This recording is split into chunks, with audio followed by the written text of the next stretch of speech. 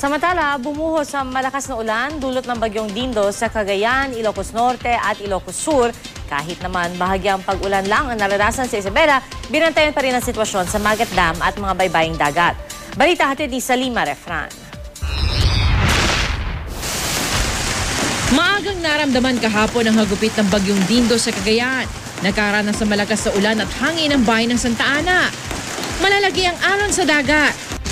Kaya ang mga mangingisda, hindi na muna pumalaot. Hindi naman lumikas sa mga nakatira malapit sa dagat dahil binantayan nila ang kanilang mga bangka at bahay. Buong araw naman nagbantay ang lokal na pamahalaan.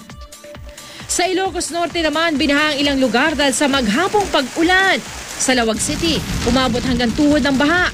Ang ilang sasakyan tuloy, tumirik sa pinahang kalsada. Binaha rin ang ilang kalye sa bayan ng Paway. Binantayan naman ng mga otoridad at residente ang level ng tubig sa Paway Lake. Sa bayan naman ng Pasukin, lumikas daw dahil sa bahang ilang residente ayon sa provincial government. Humupa naman ang mga pagbaha sa lalawigan kinagabihan. Inulan din ng husto ang katabing lalawigan ng Ilocos Sur. Ang mga nakatira sa baybayin sa Candon City nagsalansa ng sandbags para handa sa baha. Iniahon naman ang mga bangka mula sa dagat. Sa Isabela, bahagyang pag-ulan lang ang naranasan. Gayunman, tinutukan pa rin ang kondisyon ng Magat Dam at mga baybaying dagat. Ipinatutupad doon ang liquor ban o pagbabawal sa pagbebenta at pag-inom ng alak hanggat ramdam ang epekto ng bagyong Dindo. Ayon sa lokal na pamahalaan, kailangan itong patupad para maiwasan ang mga disgrasya tuwing may bagyo tulad ng pagkalunod.